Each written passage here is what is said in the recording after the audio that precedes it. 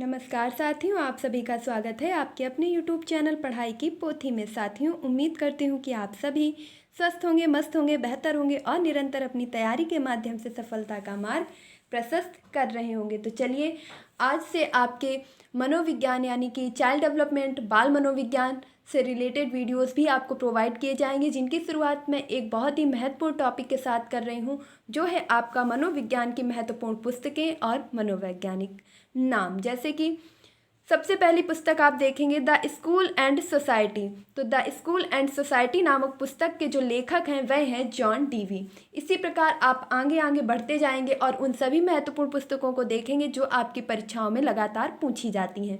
यहाँ से आपके 1 से 2 नंबर फिक्स हो सकते हैं, चाहे आप टेट की तैयारी कर रहे हो या सी टेट की तैयारी कर रहे हो। इसके साथ साथ आपके सुपर टेट के लिए ये रामबाण साबित होने वाली है। तो बिना समय व्यर्थ के सीधे अपने टॉपिक पर चलते हैं। कम समय में बेहतर कंटेंट के लिए पढ़ाई की पोथी को सब्सक्राइब करना बिल्कुल भी ना भूलें। Principles of psychology. Principles of psychology नामक पुस्तक के लेखक हैं John Dewey. The school and society के लेखक हैं John Dewey. Democracy and education के लेखक हैं जॉन डीवी। ये तो हो गई एक साधारण सी बात। अब इन्हें याद कैसे करना है? बहुत ही सिंपल है। देखिए, जब भी हम स्कूल में पढ़ने जाते हैं तो स्कूल में एक सोसाइटी होती है और उसको बहुत अच्छे से आगे बढ़ाने के लिए, चलाने के लिए एक प्रिंसिपल की ज़रूरत होती है। और जो प्रिंसिपल होता है उसका जो साइकोलॉजिक सिस्टम है, या कह सकते हैं कि उसका मनोवैज्ञानिक तरीका बहुत ही स्ट्रांग होना चाहिए, क्योंकि वहाँ पर डीलिंग पावर बहुत ही इम्प्रूव करने की ज़रूरत होती है।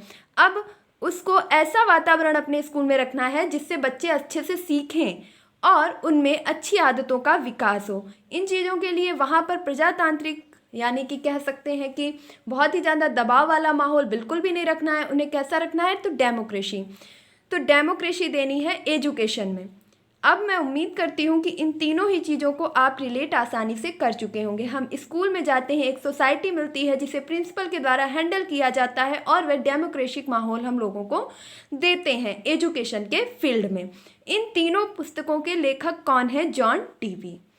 अब हम सीधा सा समझ सकते हैं कि हमारी इस स्कूल की प्रिंसिपल कौन है? जॉन डीवी हैं, जिन्होंने डेमोक्रेसी एजुकेशन को बढ़ावा दिया है। तो उम्मीद करती हूँ कि अब आप the school and society, principle of psychology और डेमोक्रेसी एंड एजुकेशन पुस्तक के लेखक को कभी भी नहीं भूल पाएंगे। चलते हैं अपनी नेक्स्ट पुस्तक की तरफ, और वह है the theory of human motivation. इसके बाद है मोटिवेशन एंड पर्सनैलिटी। तो देखिए, अब्राहम मैस्लो जो कि अमेरिका के वैज्ञानिक थे, इनके द्वारा आपके सिद्धांत भी दिए गए हैं। अब्राहम मैस्लो ने कौन सा सिद्धांत दिया है आप मुझे कमेंट बॉक्स में बताएंगे। बहुत ही सिंपल चीज़ें हैं, ये तो अक्सर कर पूछ ली जाती हैं। अब इनकी जो पुस्तक है उन्हें हमें कैसे याद करना है? तो मैस्लो यानी कि मैस्लो, किसी भी चीज़ को मसल दो, ये किसी भी चीज़ को, किसी भी कोई भी समस्या आपके जीवन में हो, उसे क्या करना है? मैस्लो, मसल दो। क्यों मसल दो? क्योंकि कोई भी समस्या आपसे बड़ी नहीं हो सकती है। आप सबसे बड़े हैं और कोई भी समस्या आपसे बड़ी नहीं हो सकती है। उसे आपको हैंडल करना है, यानी कि मसल देना है। कोई भी समस्या भारी नहीं है, उससे आगे निकलना है। अब आगे निकलना है तो किस चीज़ की ज़रूरत पड़ेगी? यानी कि मोटिवेशन की। और मोटिवेशन के साथ साथ हमारी पर्सनैलिटी भी ऐसी होनी चाहिए कि हम किसी को मसल सकें। तो the theory of human motivation, अब ये सब काम कौन कर रहा है? यानी कि कौन मुसीबतों से भी बड़ा है, समस्याओं से भी बड़ा है? तो मनुष्य स्वयं। तो ह्यूमन यानी कि मनुष्य। Human motivation and motivation personality, ये पुस्तकें किसकी हैं? तो अब्राहम मैस्लो की। और मैस्लो कहाँ के वैज्ञानिक थे? अमेरिका के वैज्ञानिक थे। उम्मीद करती हूँ कि अगर आप थोड़ा सा भी मेरे साथ कोऑपरेट कर रहे होंगे तो आप चीज़ों को ज़रूर याद रख सकेंगे। आगे हम देखेंगे the psychology of intelligence. The psychology of intelligence. The psychology of intelligence, यह किसकी पुस्तक है? तो जीन पियाजे की। देखिए, जीन पियाजे ने आपके संज्ञानात्मक विकास का सिद्धांत दिया है, जिसमें उन्होंने 4 स्तर बताए हैं। जब हम जीन पियाजे का सिद्धांत पढ़ेंगे तो डिटेलिंग में आपको एक एक चीज़ बताएंगे, लेकिन फिलहाल के लिए हम ये याद रखेंगे कि जो जीन पियाजे वैज्ञानिक हैं, इनके अंदर इंटेलिजेंस तो बहुत ही ज़्यादा होगी, क्योंकि अगर इनके अंदर इंटेलिजेंस नहीं होती तो ये संज्ञानात्मक विकास का सिद्धांत नहीं दे पाते, जो कि संज्ञान पर आधारित, सोच पर आधारित है, और उसे इन्होंने 4 वर्गों में विभाजित कर दिया। तो इतना अच्छा काम करने वाले कौन है? तो जीन पियाजे। देखिए, मैंने कभी भी किसी भी तरीके से जैसे खुद भी याद की थी, उसी तरीके से मैं कोशिश करती हूँ कि आपको भी याद करा सकूँ। और मैं पूरा वादा करती हूँ कि अगर आप मेरी चीज़ों को ध्यान रखेंगे तो आपको परीक्षा हॉल में बिल्कुल भी दिक्कत नहीं होने वाली है। तो द साइकोलॉजी ऑफ इंटेलिजेंस, मनुष्य की बुद्धि को समझना, उसके संज्ञान स्तर को समझना, साइकोलॉजी को उसकी समझना, ये कार्य किसने किया? तो जीन पियाजे ने, क्योंकि उन्होंने कौन सा सिद्धांत दिया? तो संज्ञानात्मक सिद्धांत। तो अब उम्मीद करती हूँ कि आप यह पुस्तक भी नहीं भूलेंगे। अगला है प्रिंसिपल ऑफ बिहेवियर और principal of behaviour. Principal of behaviour, अब जो प्रिंसिपल है उसका बिहेवियर कैसा होता है? तो सभी प्रिंसिपल जो होते हैं किसी भी स्कूल के हों, तो देखिए मैं यहाँ पर किसी भी चीज़ को मजाक वे में नहीं ले रही हूँ और आप मेरी बात को भी अन्यथा मत लें, सिर्फ आपको याद करवाना है, इसलिए ट्रिक्स यूज कर रही हूँ कि कोई भी जो भी प्रिंसिपल होते हैं वह चाहते हैं कि वह अपने स्कूल के जो टीचर हों उनको किस तरीके से काम करवाएं, हल की तरह जोतते रहें। जिस प्रकार हल से खेत जोता जाता है, उसी प्रकार प्रत्येक स्कूल का प्रिंसिपल यह चाहता है कि मैं अपने टीचरों को हल की तरह काम करवाऊं, जोत के रह जाऊं। तो ये चीज़ कौन चाहता है? प्रिंसिपल। ये उसका क्या होता है? बिहेवियर होता है। तो प्रिंसिपल ऑफ बिहेवियर पुस्तक किसकी है? CL हल की। तो अब आप शायद इसे बिल्कुल भी नहीं भूलेंगे, क्योंकि आप भी भावी शिक्षक होने वाले हैं। तो इस चीज़ को याद रखिएगा कि आप कहीं पर भी नियुक्त हो जाएं, लेकिन आपके अपर अधिकारी हमेशा यही चाहते हैं कि आपको हल की तरह जोता जाए। The behaviour of organism, the behaviour of organism, यह पुस्तक है स्किनर की। अब देखिए, ऑर्गेनिज्म यानी कि ऑर्गन बजाना। अब ऑर्गन्स कौन बजाएगा? इंसान यानी कि नर। तो द बिहेवियर ऑफ ऑर्गेनिज्म किसकी पुस्तक है? स्किनर की। ऑर्गन्स कौन बजाते हैं? तो मनुष्य यानी कि नर ही बजाते हैं, और इसकी नर। तो the behaviour of organism Skinner की है। सोशल कॉन्ट्रैक्ट और एमिल नामक पुस्तकें हैं रूसो की। देखिए, अगर मैं आपको 10 में से 9 चीज़ें ट्रिक से याद करवाती हूँ, तो इसका मतलब है कि जो एक चीज़ बची है उसे आप साधारण भी याद रख सकते हैं। तो जो सोशल कॉन्ट्रैक्ट नामक पुस्तक है, इसके साथ साथ एक और पुस्तक मिलती है एमिल। यह दोनों पुस्तकें रूसो की हैं।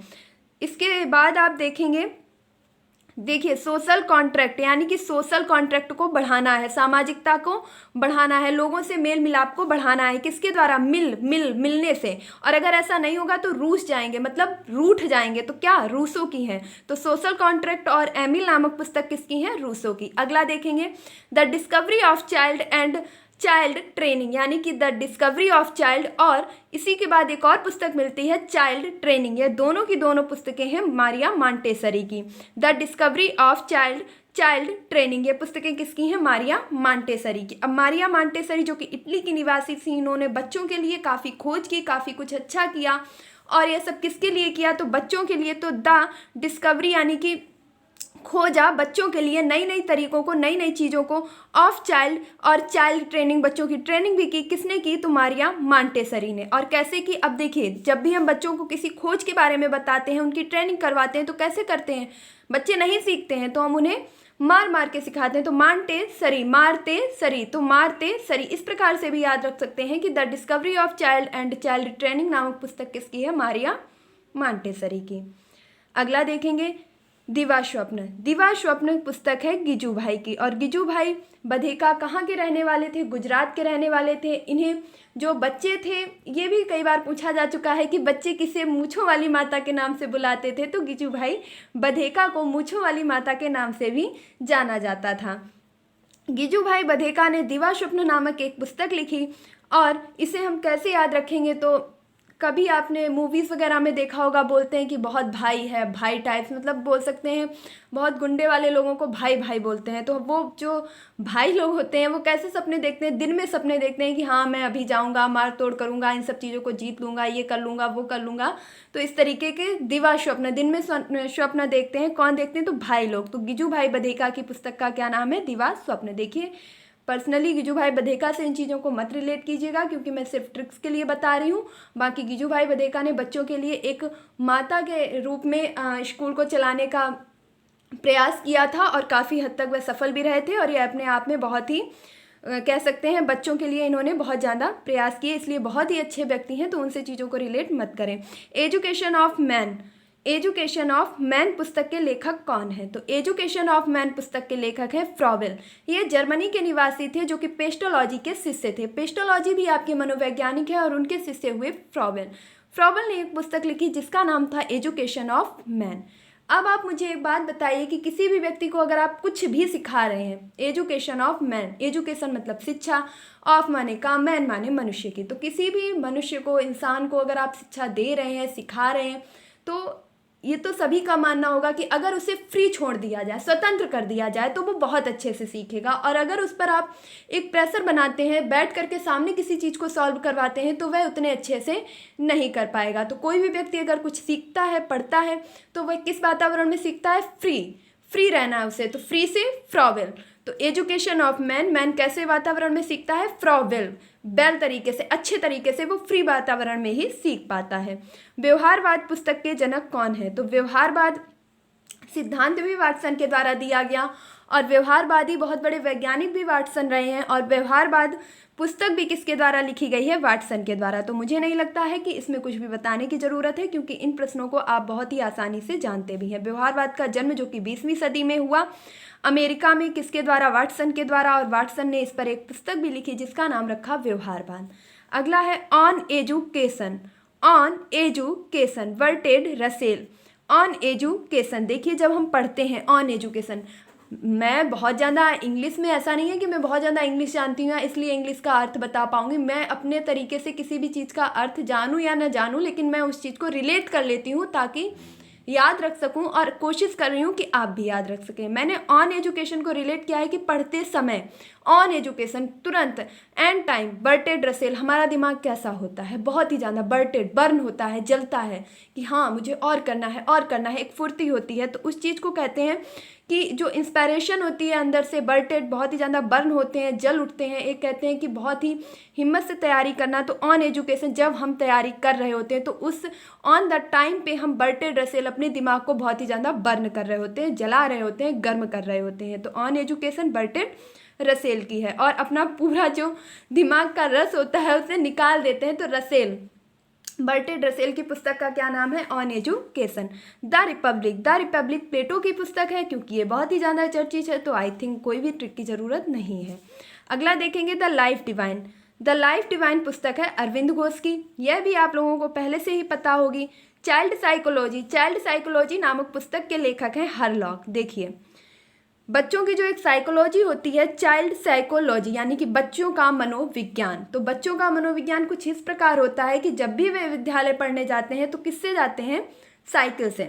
साइकोलॉजी साइकिल से जाते हैं। अब साइकिल से जाते हैं तो उनके दिमाग में ये चीज़ चल रही होती है कि मेरी साइकिल को कोई भी चुरा ना ले। तो सबसे पहली बात तो कि वो अपनी साइकिल को कई साइकिलों के बीच में ही घुसेड़ते हैं, और उसके बाद क्या करते हैं कि अपनी साइकिल पर एक लॉक लगा देते हैं। क्या करते हैं? लॉक लगा देते हैं। कौन लगा देते हैं? बच्चे, यानी कि चाइल्ड लगा देते हैं। किस पर लगाते हैं? साइकोलॉजी, साइकिल पर लगा देते हैं। तो उम्मीद करती हूँ कि आप इसे अब कभी भी नहीं भूल पाएंगे कि चाइल्ड साइकोलॉजी, बच्चों की साइकिल, उनकी साइकोलॉजी क्या है कि अपनी साइकिल में लॉक लगाना है, हर लॉक। तो द चाइल्ड साइकोलॉजी पुस्तक किसकी है? हरलॉक की। N outline of psycho analysis, N outline of psycho analysis, यह पुस्तक किसकी है? फ्रायड की। अब इसे कैसे याद करेंगे? बहुत ही सिंपल है। An outline of psycho analysis, हमने साइको एनालिसिस यानी कि सभी अपनी जितनी भी मनोवैज्ञानिक चीज़ें हैं उनका एनालिसिस किया, और उस जो लाइन है उसके बाहर निकल गए, आउट हो गए। आउटलाइन ऑफ साइको एनालिसिस, अपनी सोचने समझने की क्षमता से, मनोवैज्ञानिक क्षमता से एनालिसिस करके हम उसके बाहर हो गए, आउटलाइन हो गए। क्यों हो गए? क्योंकि हम फ्री हो गए। कैसे हो गए? फ्री हो गए, तो फ्रायड हो गए, यानी कि फ्राई हो गया, मेरा दिमाग फ्री हो गया बिल्कुल हर चीज़ से, तो फ्रायड। ठीक है। An outline of an psychoanalysis पुस्तक किसकी है? फ्रायड की, यानी कि फ्राई हो गया है मेरा दिमाग साइकोलॉजी में, बहुत ही ज़्यादा पढ़ते पढ़ते कैसा हो गया है, मैं उस आउटलाइन से बाहर हो गया हूँ और मेरा दिमाग फ्राई हो गया है। सोशल लर्निंग थ्योरी किसकी है? तो सोशल लर्निंग थ्योरी के जो लेखक हैं वह हैं बंडूरा। देखिए सोशल लर्निंग जो थ्योरी है, ये थ्योरी भी बंडूरा के द्वारा दी गई है, तो इसे तो सभी लोग मोस्टली जानते होंगे। और अगर जो चीज़ें मैं कह रही हूँ जानते होंगे और आप नहीं जानते हैं तो परेशान मत होइए, स्टार्टिंग हुई है, धीरे धीरे आपको पूरा मनोविज्ञान समझ आ जाएगा और आपकी आने वाली सीटेट परीक्षा में बहुत ही काम आएगा। तो सोशल लर्निंग जो थ्योरी है वह बंडूरा के द्वारा दी गई है। अगला देखेंगे development of intelligence in child, development of intelligent and child. यह पुस्तक किसकी है? तो बिने एंड साइमन की। देखिए मैं थोड़ा ट्रिक से बताने की कोशिश कर रही हूँ, बस इतना ही कहूँगी कि आप किसी भी चीज़ को अन्यथा ना लें। कि डेवलपमेंट ऑफ इंटेलिजेंस, देखिए मुझे डेवलपमेंट करना है, किसी भी चीज़ को नया करना है, नवीन करना है। अब करना तो है इंटेलिजेंस को, अपनी बुद्धि को। इन चाइल्ड यानी कि किसी भी बच्चे को अपनी बुद्धि का डेवलपमेंट करना है, तो वह कैसे करेगा? बिने, अपनी बुद्धि से गलत चीज़ों को, फालतू की चीज़ों को बीनेगा। क्या करेगा? बीनेगा। किसी भी चीज़ को अलग करना, छांटना, हम उसे अपनी भाषा में क्या कहते हैं? तो हम उसे अपनी क्षेत्रीय भाषा में कहते हैं बीनना। काफ़ी लोगों ने ये शब्द सुना होगा, ऐसा नहीं है कि नया है। तो बीनना मतलब किसी भी चीज़ को पृथक करना। तो डेवलपमेंट ऑफ इंटेलिजेंट, हमें अपनी बुद्धि का विकास करना है, नया करना है, तो हम पुरानी चीज़ों को, बेकार की चीज़ों को बीन लेंगे। और कैसे बीनेंगे? देखिए किसी भी चीज़ को बीनने के लिए हमें दिमाग चाहिए और मन भी लगाना होगा, नहीं तो हम चीज़ों को बीन नहीं पाएंगे। तो हमें अपनी इंटेलिजेंस का डेवलपमेंट करना है, तो हमें अपनी बुद्धि से बेकार चीज़ों को बीनना है, मन से, साई मन। तो अब आप रिलेट कर पा रहे होंगे कि development of intelligence in child, मुझे अपनी बुद्धि का डेवलपमेंट करना है, कैसे? पुरानी चीज़ों को निकाल कर, बीन कर, मन से। तो development of intelligence in child पुस्तक के लेखक हैं बिने एंड साइमन। नेक्स्ट देखेंगे ह्यूमन लर्निंग, यानी कि मनुष्य की सीख, मानव का सीखना। तो एक बहुत ही प्रसिद्ध कह सकती हूँ, सबसे ज़्यादा पूछा जाने वाला प्रयोग थार्नडाइक ने किस पर प्रयोग किया था, ये बात तो आप सभी जानते होंगे, और अगर जानते हैं तो कमेंट बॉक्स में ज़रूर बताइएगा।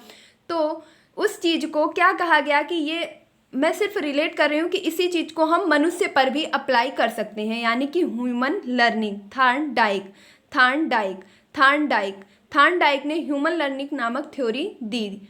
अब ह्यूमन लर्निंग, मनुष्य सीखता है। कैसे सीखता है? उसे अपने बालों को ब्लैक करना है, तो ब्लैक करने के लिए उसे क्या करना होगा? डाई करनी होगी ना। ह्यूमन ने कैसे सीखा? थार्नडाइक यानी कि व्यक्ति ने सीख लिया है अपने बालों को काला करना, डाई करना। मनुष्य ने सीख लिया है अपने बालों पर डाई करना। तो ह्यूमन लर्निंग जो पुस्तक है वह किसकी है? थार्नडाइक की है। नेक्स्ट देखेंगे द कंडीशन ऑफ लर्निंग। देखिए यहाँ पर लिखा हुआ भी है कि यह टेट 2019 में आपके पूछी गई पुस्तक है कि द कंडीशन ऑफ लर्निंग किसकी पुस्तक है? तो गेने की। और यकीन मानिए कि ये पुस्तक एक बार नहीं, दो बार पूछी जा चुकी है, और मैं पूरी उम्मीद के साथ कह सकती हूँ कि नेक्स्ट बार भी ये पूछी जा सकती है। तो द कंडीशन मतलब कंडीशन लगी हैं, कई सारी शर्तें लगी हैं। काहे की? गाने की बहुत सारी शर्तें लगी हैं, सीखने की और गाने की बहुत सारी शर्तें लगी हैं। द कंडीशन बहुत सारी शर्तें हैं, ऑफ लर्निंग सीखने की। क्या सीखने की? तो गाना सीखने की। तो द कंडीशन ऑफ लर्निंग किसकी है? गेने की। देखिए जो पुस्तकें पूछी जा चुकी हैं वो आपके लिए मोस्ट इंपॉर्टेंट हो जाती हैं। द साइकोलॉजी ऑफ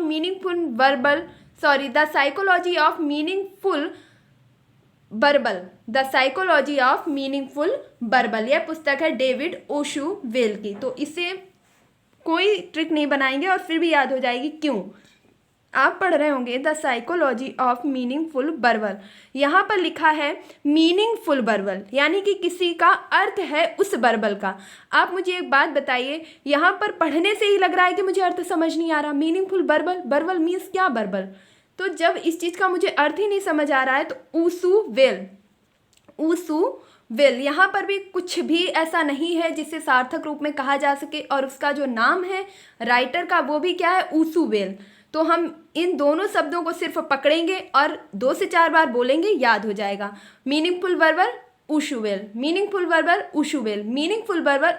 और यकीन मानिए ये आपसे पूछी गई पुस्तक है, जो आपके बीएड एग्ज़ाम में भी पूछी गई थी, इसके साथ आपके टेट एग्ज़ाम में भी पूछी गई थी कि the psychology of meaningful verbal पुस्तक किसकी है? तो डेविड ओशुवेल की। Verbal well. नेक्स्ट देखेंगे the nature of human intelligence पुस्तक किसकी है? तो गिलफोर्ड की। मनुष्य का नेचर कैसा होता है? इंटेलिजेंस। बहुत ही, हर व्यक्ति अपने आप को, मैं बात करूं तो 99% यानी कि 100% ऑल ओवर हर व्यक्ति ये समझता है कि मैं बहुत ज़्यादा इंटेलिजेंट हूँ। अब है या नहीं है ये तो अलग की बात है, लेकिन सोच क्या होती है कि मैं बहुत ही ज़्यादा इंटेलिजेंट हूँ। और इस चीज़ के लिए वह क्या करता रहता है? कहीं पे भी जाता है तो वह गाल बजाता रहता है। गिलफोर्ड मतलब अपने गालों को फोड़ता रहता है, बोलता रहता है, बड़बड़ाता रहता है, गाल फोड़ता है, तो गिलफोर्ड। तो देखिए the nature of human intelligence, प्रत्येक व्यक्ति का नेचर यही है कि मैं सबसे बुद्धिमान हूँ, इसीलिए वह जगह जगह अपने गाल बजाता रहता है, फोड़ता रहता है। The teacher health, the teacher health नामक पुस्तक के लेखक हैं टरमन। देखिए, द टीचर हेल्थ, एक टीचर की जो हेल्थ है वह कैसी होनी चाहिए, एक टीचर की हेल्थ कैसी होनी चाहिए, तो मन यानी कि मन, उसका मन सबसे अच्छा होना चाहिए। अगर व्यक्ति का मन स्वस्थ है, मन अच्छा है, तो वह शारीरिक रूप से भी अच्छा प्रदर्शन कर पाएगा, अन्यथा वह शारीरिक रूप से कितना भी अच्छा क्यों ना हो, यदि उसका मन खिन्न है तो वह किसी भी प्रकार का प्रदर्शन नहीं कर पाएगा। तो ए टीचर हेल्थ या द टीचर हेल्थ, टीचर की हेल्थ कैसी होनी चाहिए, तो सबसे अच्छा मन होना चाहिए। टीचर की हेल्थ कैसी होनी चाहिए, सबसे अच्छा मन होना चाहिए। तो द टीचर हेल्थ नामक पुस्तक किसकी है, टरमन की। तो इस प्रकार हमने अपनी लगभग 24-25 क्वेश्चंस क्लियर कर लिए हैं, इतनी पुस्तकों को याद कर लिया है। अगर आप इस वीडियो को 1, 2, 3 बार टाइम टू टाइम रिवाइज करके देखते रहेंगे तो मैं यकीनन कह सकती हूँ कि आपकी जितनी भी परीक्षाएं आप टीचिंग एग्जाम से रिलेटेड दे रहे हैं उनमें पुस्तकों से बनने वाला प्रश्न बिल्कुल भी गलत नहीं होगा। लेकिन अगर आपने मेरे वीडियो को बिना स्किप किए पूर्णतः ध्यान से सुना होगा तो ही ये चीज़ पॉसिबल हो पाएगी। मैं एक बार फटाफट से सिर्फ 1 या 2 मिनट में पूरा रिवीजन करवाना चाहूँगी, ताकि मेरा यह मानना है कि पढ़ा हुआ आपने कुछ भी नहीं पढ़ा जब तक आपने रिवीजन नहीं किया। तो the school and society, principle of psychology, democracy and education. हम स्कूल पढ़ने गए, वहाँ पे हमें एक सोसाइटी मिली जिसमें प्रिंसिपल भी थे और प्रिंसिपल की साइकोलॉजी बहुत स्ट्रांग होनी चाहिए, और स्कूल में उन्होंने जो माहौल था वो डेमोक्रेसी एजुकेशन का कर रखा था। और हमारे प्रिंसिपल का नाम क्या था, जॉन डीवी। अगला देखेंगे the theory of human motivation, और इसके बाद इनकी दूसरी भी पुस्तक है कि मोटिवेशन एंड पर्सनालिटी। जो ह्यूमन मोटिवेशन है उसकी मोटिवेशन के साथ साथ कैसी होनी चाहिए, पर्सनैलिटी भी अच्छी होनी चाहिए, ताकि वे किसी भी बड़ी से बड़ी समस्या को मसल के रख दे। तो क्या होगा, अब्राहम मैस्लो। तो the theory of human motivation, motivation and personality किसकी पुस्तक है, मैस्लो की। द साइकोलॉजी ऑफ इंटेलिजेंस, तो साइकोलॉजी ऑफ इंटेलिजेंस यानी कि बुद्धि, संज्ञानात्मक, इतने बड़े वैज्ञानिक कौन थे, तो संज्ञानात्मक पर सबसे बड़े वैज्ञानिक का नाम आता है जीन प्याजे। प्रिंसिपल्स ऑफ बिहेवियर, प्रत्येक स्कूल, प्रत्येक कॉलेज, प्रत्येक जगह का प्रिंसिपल सिर्फ और सिर्फ यही चाहता है कि वह अपने टीचरों से हल की तरह कार्य करवा सके। तो the psychology of the principle of behaviour, C Hull. The behaviour of organism, organ कौन बजाएगा, ऑर्गन्स के साथ कौन कार्य करेगा, कौन उन्हें बजाएगा, तो स्किनर यानी कि नर। सोशल कॉन्ट्रैक्ट और एमिल, लोगों से मिल करके सामाजिकता को बढ़ाना है, नहीं तो लोग रूस जाएंगे यानी कि रूसो। तो सोशल कॉन्ट्रैक्ट और एमिल नामक पुस्तक किसकी है, रूसो की। द डिस्कवरी ऑफ चाइल्ड और चाइल्ड ट्रेनिंग, बच्चों की खोज को और बच्चों को ट्रेनिंग देने के लिए क्या करना पड़ेगा, उन्हें थोड़ा मारना, मांटेसरी भी करना पड़ेगा। तो डिस्कवरी ऑफ चाइल्ड और चाइल्ड ट्रेनिंग की लेखिका है मारिया मांटेसरी। दिवा स्वप्न पुस्तक के लेखक हैं गिजू भाई। भाई लोग क्या करते हैं, बड़े बड़े सपने देखते हैं, बड़े बड़े दंगे करते हैं, वो उनके क्या होते हैं, स्वप्न होते हैं कि मैं अभी कल ही भारत का प्राइम मिनिस्टर बन जाऊंगा। तो ये सभी क्या होते हैं, भाई लोगों के सपने होते हैं। तो दिवा स्वप्न पुस्तक किसकी है, गिजूभाई बधेका की, जो कि गुजरात से संबंधित हैं। इन्हें बच्चे मूंछों वाली माता के नाम से भी जानते थे, ये प्रश्न पूछा जा चुका है, इसीलिए बार बार बता रही हूँ। एजुकेशन ऑफ मैन, यानी कि मैन कब सीखेगा सबसे अच्छा, जब उसे फ्री कर दिया जाए, छोड़ दिया जाए, स्वतंत्र वातावरण दिया जाए। तो एजुकेशन ऑफ मैन के लेखक है फ्रॉ बेल। बेल माने अच्छे तरीके से और फ्रॉ माने फ्री। तो मनुष्य कब सीखेगा अच्छे तरीके से, जब वह फ्री हो जाएगा। व्यवहारवाद, जो कि सिद्धांत विवर्तन ने दिया है और इन्होंने इस पर एक पुस्तक भी लिखी है। एजुकेशन यानी कि ऑन एजुकेशन, पढ़ते समय ऑन द स्पॉट हमारा दिमाग बर्टेड यानी कि बर्न कर रहा होता है और हमारे दिमाग का जो पूरा रस होता है वह निकल जाता है। तो ऑन एजुकेशन बर्टेड रसेल की पुस्तक है। The Republic most repeated question कि द रिपब्लिक पुस्तक किसकी है, तो प्लेटो की। द लाइफ डिवाइन पुस्तक अरविंद घोष की है। चाइल्ड साइकोलॉजी, बच्चों की साइकोलॉजी क्या है कि वह साइकिल से स्कूल जाएंगे और अपनी साइकिल में लॉक लगाएंगे। तो द चाइल्ड साइकोलॉजी पुस्तक किसकी है, हरलॉक की। N outline of psycho analysis theory, यह किसकी पुस्तक है, तो फ्रायड की। फ्रायड यानी कि फ्राई हो गया है मेरा दिमाग, साइको एनालिसिस करते करते उस लाइन से बाहर निकल गया है। सोशल लर्निंग थ्योरी, जो कि बंडूरा के द्वारा दी गई है। Development of intelligence in child, हमें अपने दिमाग का या किसी भी अपने बच्चे को दिमाग का जो इंटेलिजेंस करना है, बढ़ाना है, बुद्धिमत्ता को बढ़ाना है, डेवलपमेंट करना है, उसके लिए वह बेकार चीज़ों को बीनेगा और बीन के मन से अलग कर देगा। तो बिने और Simon, the condition of learning गेने की पुस्तक है। और द साइकोलॉजी ऑफ मीनिंगफुल बरवल वुल यानी कि बरवल उश वेल की पुस्तक है। The nature of human intelligence, प्रत्येक व्यक्ति का यही नेचर है कि वह सबसे ज़्यादा इंटेलिजेंट है, इसीलिए वह क्या करता है, गिलफोर्ड, अपने गालों को फोड़ता रहता है, बजाता रहता है। द टीचर हेल्थ, टीचर की हेल्थ कैसी होनी चाहिए, मन, मन, टीचर का सबसे अच्छा मन होना चाहिए।